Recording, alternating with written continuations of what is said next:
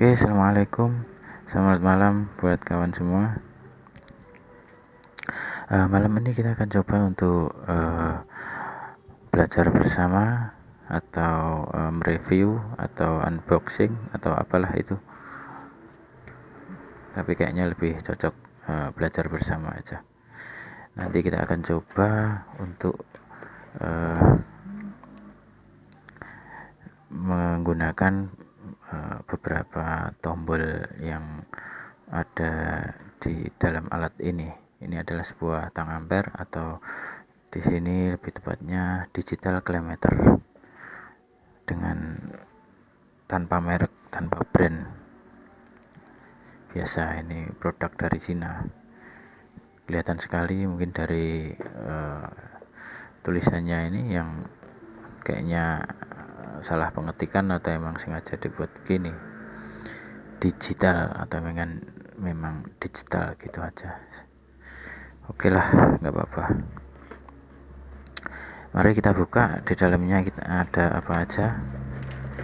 Sebenarnya ini sudah saya beli beberapa hari yang lalu di sebuah toko online yang harganya 190.000 plus ongkos kirim kira-kira 20 ribuan lah. Jadi totalnya sekitar 220.000. Sebuah harga yang relatif terjangkau lah, dengan menurut saya fitur-fitur yang lumayan lengkap. Oke, langsung saja. Ini sudah saya buka dan di dalam dompetnya ini ada kabel untuk colokannya, dan juga di dusnya ini ada petunjuknya. Nanti coba kita akan pelajari bersama. Juga ini ada kabel untuk sensor, kayaknya ini untuk sensor temperatur yang nanti juga kita akan bahas. Langsung saja kita lihat dulu masing-masing fungsi dari alat ukur ini ya. Yang pertama ini adalah tang ampere. Kenapa disebut tang ampere? Karena ini menyerupai tang ya.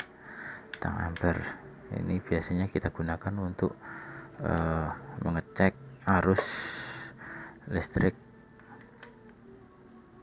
yang kita masukkan ke dalam sini ya.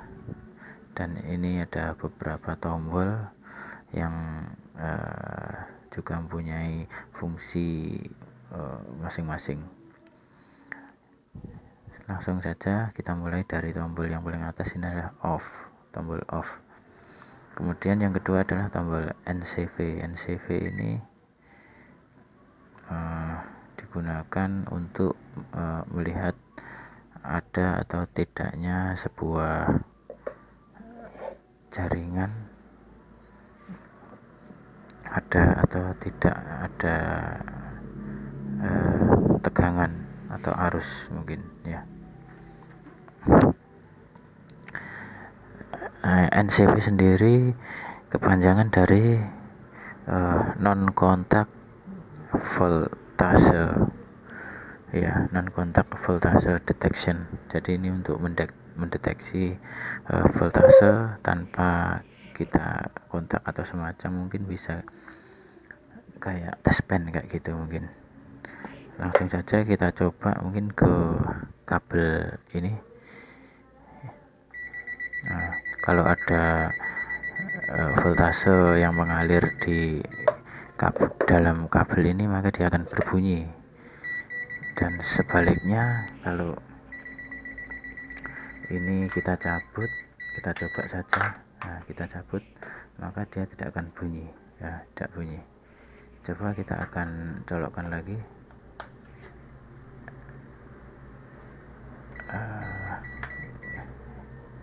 Ya, mungkin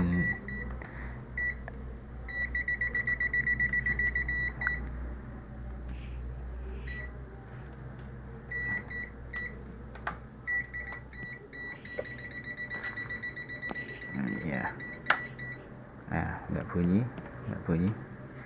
Coba kita colokkan. Nah, dia bunyi, dia mati. Oke, sudah jelas untuk fungsi dari NCV ini. Kemudian yang kedua, ini adalah tombol untuk melihat arus dengan satuan ampere. Di sini ada range antara 40 sampai 400 ampere. Kiranya cukuplah untuk karena kalau kita yang sering kita gunakan paling mentok di ampere 15 ampere, itu sudah paling tinggi ya. Itu untuk tukang AC. Dan kita bisa coba pada alat ini adalah ada sebuah kompresor ya, yang nanti kita akan coba lihat ampere arusnya ada berapa ampere di sini. Langsung saja kita nyalakan kompresor AC ini. Di sini terdeteksi ada arus 1,5 ampere, kira-kira 1,58 ya. Ini sekarang ini kompresor ini sudah nyala.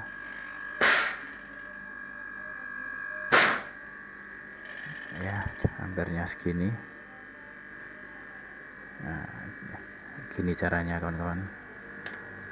Kita cadokkan rahangnya ini ke dalam satu kabel aja. Soalnya kalau kita cadokkan di dua kabel sini maka tidak akan menunjuk. Kita hanya bisa mengetes dengan satu kabel saja begini. Oke. Kemudian kita akan pelajari untuk tombol yang selanjutnya, yaitu V. V ini adalah voltase dengan simbol seperti ini, adalah untuk arus bolak-balik.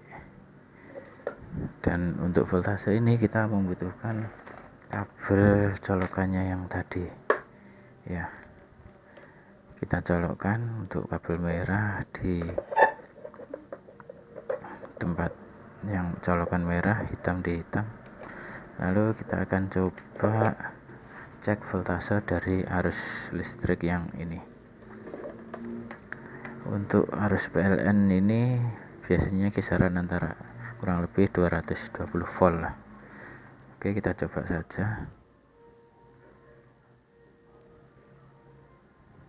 Nah, di sini terdeteksi 231,3 volt. Ini volt ya.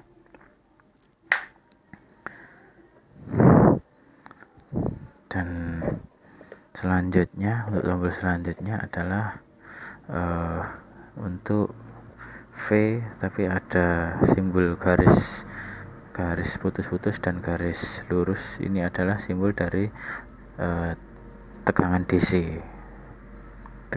Ya, di sini tegangan DC. Untuk tegangan DC kita akan coba ke sebuah adaptor ya. Ini saya ada adaptor ya. Adaptor ini nanti kita akan tes. Langsung saja.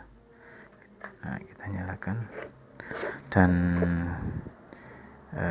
kita akan tes.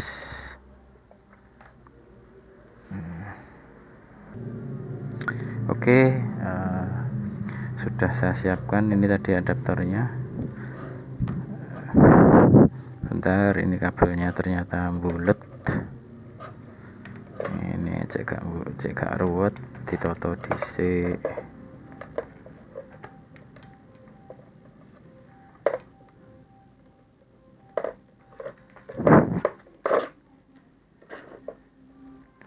Oke, langsung kita coba ukur di sini ada berapa volt tegangannya.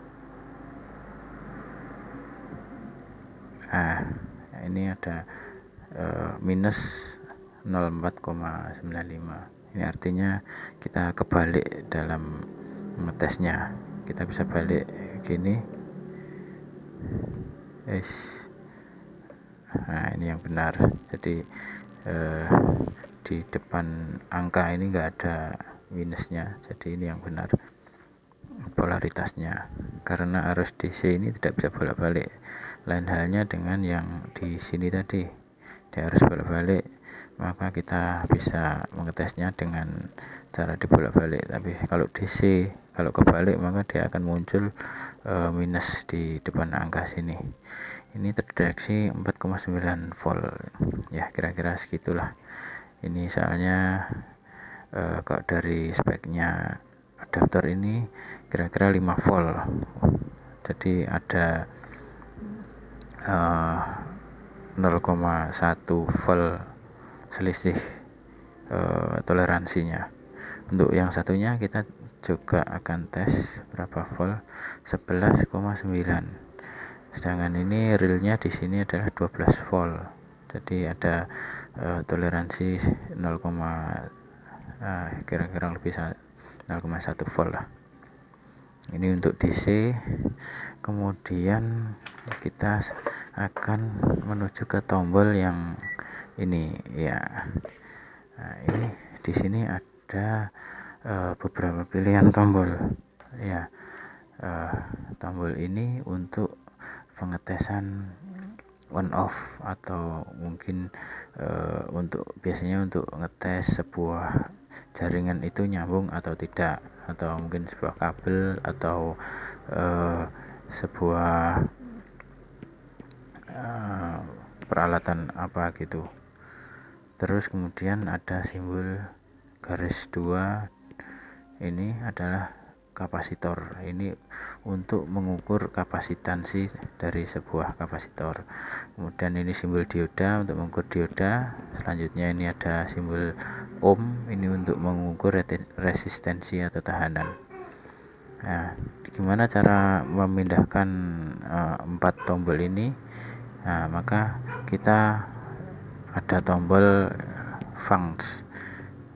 Nah, funcs ini mungkin kepanjangan dari fungsi ya, fungsi. Jadi saat kita tombol kita pindah tombol yang ini, maka akan berfungsi sebagai pengukur resistensi atau tahanan. Kemudian kita tombol tekan fungsi ini, maka akan akan menunjukkan pada sisi tombol untuk on off ini tadi. Kalau kita tombol lagi, maka ini ada simbol dioda, maka dia adalah untuk mengukur sebuah dioda. Sekali lagi kita tombol, maka ini untuk mengukur kapasitansi dari sebuah kapasitor. Baik, kita coba satu-satu, mulai dari yang mengukur resistensi atau tahanan. Resistensi atau tahanan sebuah kapasitor. Oke, ini saya ada sebuah resistor. Kita akan coba berapa tahanan dari resistor ini. Oke. Nah, di situ menunjukkan 104 kilo ohm. Kilo ini di belakangnya ada, coba kita perhatikan lebih dekat. Ini adalah ada tanda K-nya, ini berarti menunjukkan bahwa ini adalah kilo ohm. Itu dengan toleransi tentunya. Nah, di sini kalau kita lihat dari warna gelang-gelangnya, ini menunjukkan angka 100 kilo, coklat, hitam, kuning, dengan toleransi emas yaitu kurang lebih 10% emas itu.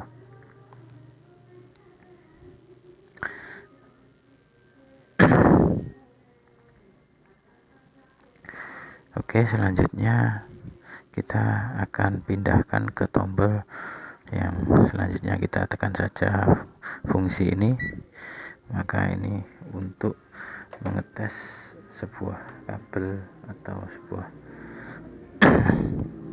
jaringan. Kita coba saja kabel ini, sini kita hubungkan dengan sini, maka dia akan berbunyi. Nah, ini bunyi. Ini menunjukkan bahwa kabel ini tidak ada yang putus. Ini, atau mungkin kita bisa untuk cek ini sebuah lampu. Lampu ini kita tes, kalau bunyi berarti ini berarti putus lampu ini karena tidak bunyi. Ya, perlu diketahui bahwa untuk bisa berbunyi nadanya di sini bunyi dit itu dia maksimal tahanannya adalah kurang lebih, ini tadi berapa ini, 20 ohm kalau tidak salah. Tadi ada tombolnya tadi ya, 30 ohm daring resistor kurang dari 30 ohm buzzering ya. Berarti di atas 30 ohm maka dia tidak akan berbunyi.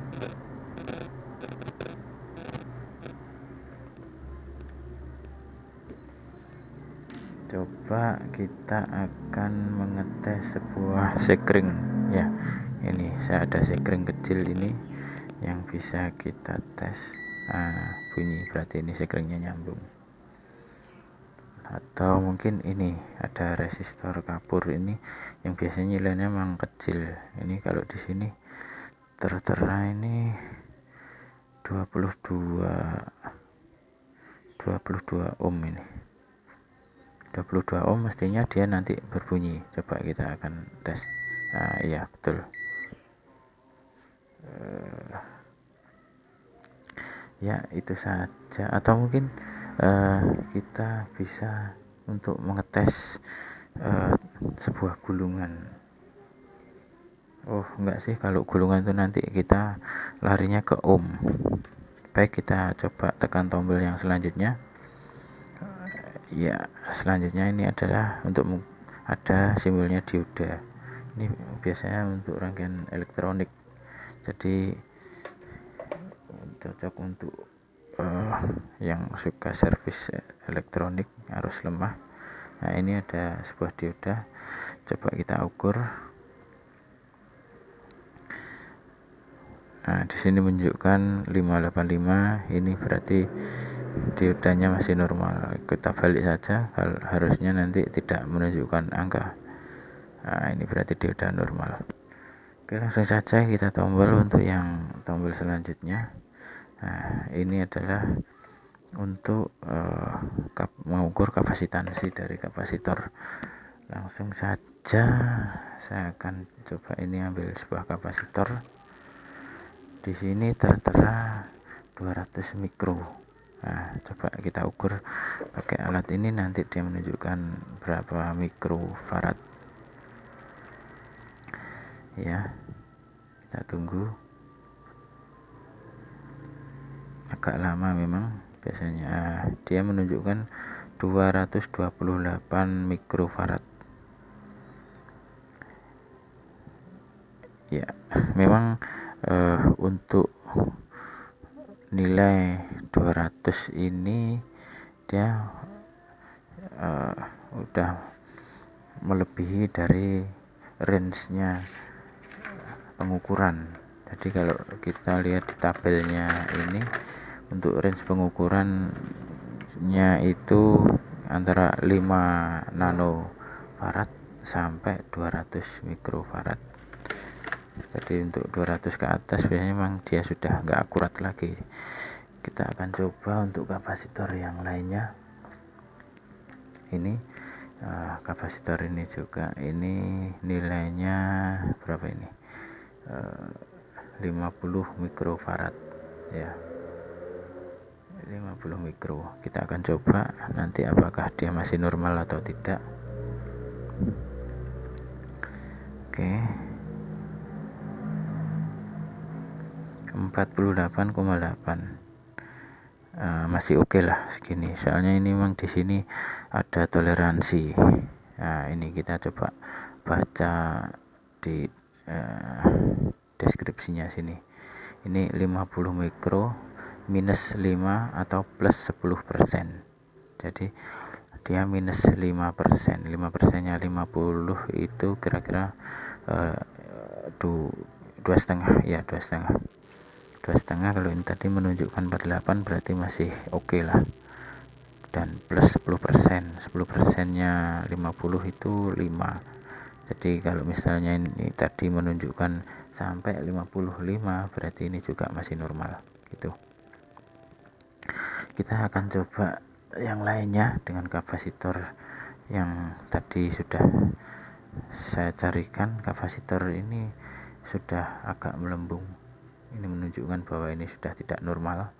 Coba kita akan ukur berapa kapasitansi dari kapasitor ini ya. Nah ya, dia menunjukkan 13 nanofarad, berarti ini sudah tidak normal. Soalnya ini di sini tertera 40 mikro. Tentunya sangat jauh dari nilai yang tertera di sini. Kalau di sini tadi berapa tadi? Nah, cuman 13 nano aja. Nggak sampai 1 mikro nih. Oh ya. Sorry. Perlu diketahui bahwa untuk mengukur sebuah kapasitansi kita tidak boleh memegang kedua colokannya, karena kalau kita pegang kedua colokannya maka tidak akan bisa akurat begini. Nah kita coba. Nah dia berubah 49. Ini karena apa? Karena tangan kita ini itu ada mengandung kapasitansi juga gitu. Jadi saat mengukur sebuah kapasitor sebaiknya kita cuman memegang salah satu saja atau mungkin tidak sama sekali memegangnya gitu. Seperti ini atau salah satu kita pegang, yang satunya jangan dipegang. Nah ini yang benar 48,81. Kita coba juga di kapasitor ini kecil, kapasitor fan. Ini tulisannya sudah hilang ini, cuman ini biasanya berkisar 2,5 mikro atau 1,5 mikro lah. Kita akan coba. Oke, dia menunjukkan 2,4. Nah berarti ini kira-kira 2,5 mikro, ini masih normal. Ini ada lagi, ini satu lagi kapasitor. Nah ini ada jelas tertera di sini, ini 3 mikro ya, plus minus 5%. Coba kita ukur apakah dia masih normal 3 mikro.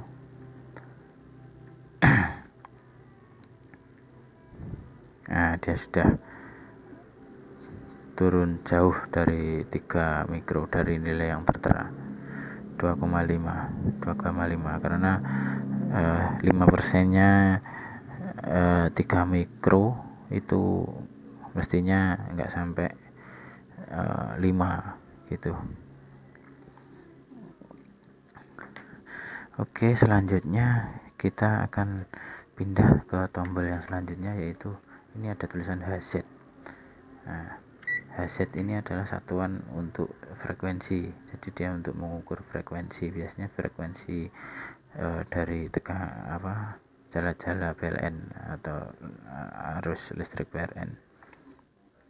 Hz ini satuan frekuensi yang panjangannya Hz. Ini jarang sekali kita gunakan karena untuk arus kuat semua rata-rata menggunakan, kalau jaringan PLN pasti 50 Hz. Kita coba saja apakah nanti benar ini 50 Hz. Kita tunggu dulu. Nah ini pas menunjukkan 50,03 Hz ya. Kita coba lagi. Nah 50 Hz. Nah ini mungkin lebih berfungsi untuk kita mengetes biasanya sebuah genset, karena genset itu frekuensinya bisa berubah-ubah untuk penyetingannya gitu. Dan selanjutnya ada tombol satu lagi, ini adalah derajat Celcius, ini untuk mengukur temperatur atau suhu. Langsung saja kita pindah. Untuk ini temperatur ini ada sensor tersendiri nanti. Ini adalah sensor untuk temperatur, jadi kita pakai ini saat mengukur suhu atau temperatur sesuatu, atau ini tepatnya untuk mengukur, bukan untuk ruangan kayaknya ini. Kalau soalnya untuk ruangan pasti ini enggak akurat. Kita akan coba untuk mengukur. Nah, ini saya akan ambil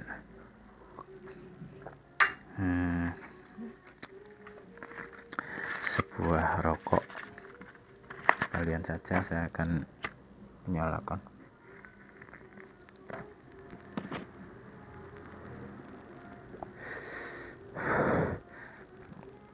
Nah, ini sekarang menunjukkan angka 32 derajat Celcius. Ya, apakah ada perubahan nanti kalau kita dekatkan di sini?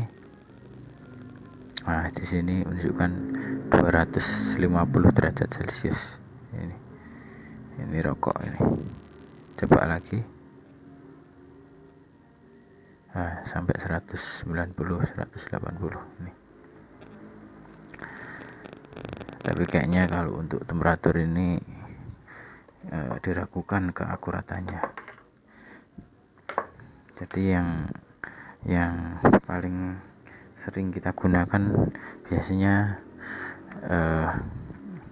untuk tombol ini aja, biasanya NCV, terus ampere untuk mengecek arus, juga V ini untuk mengecek voltase.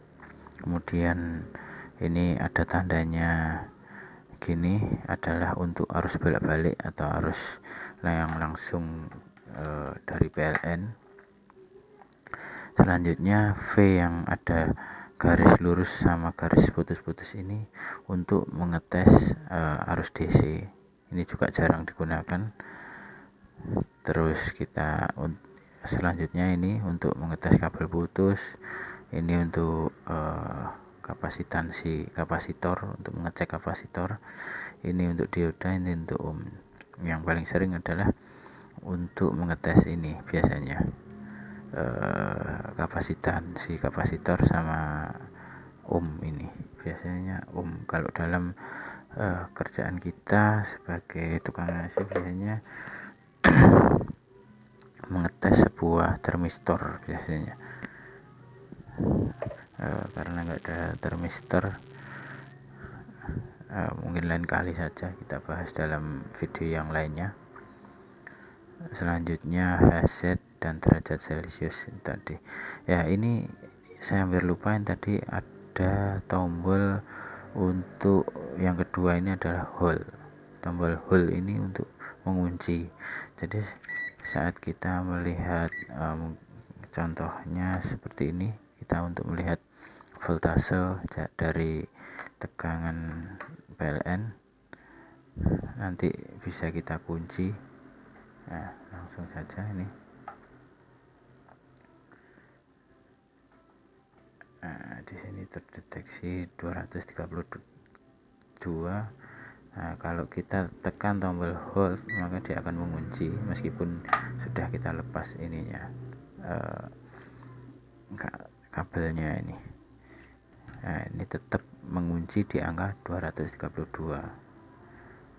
Untuk membukanya kita tombol sekali lagi, maka dia akan kembali ke 0 gini.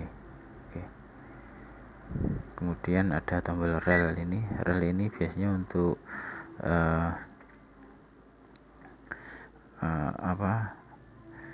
mau mengkalibrasi,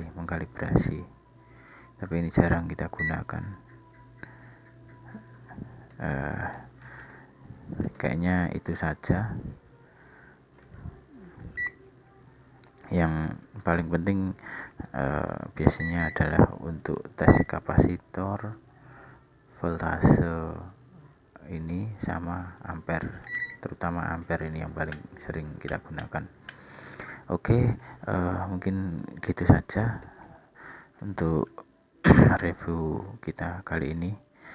Sebenarnya ini produk ini lumayan lah untuk harga segitu, soalnya kalau kita bandingkan dengan yang harga 100-an ribu itu ya, atau mungkin ada yang 80-75 ribu, sangat jauh, karena di samping dia cepat rusak juga akurasinya masih lebih baik yang tipe ini, meskipun ini tanpa merek, tanpa brand.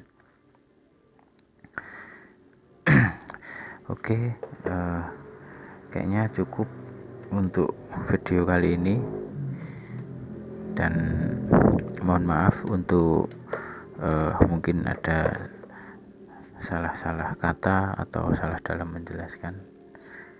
Saya cuman berbagi sedikit aja ini.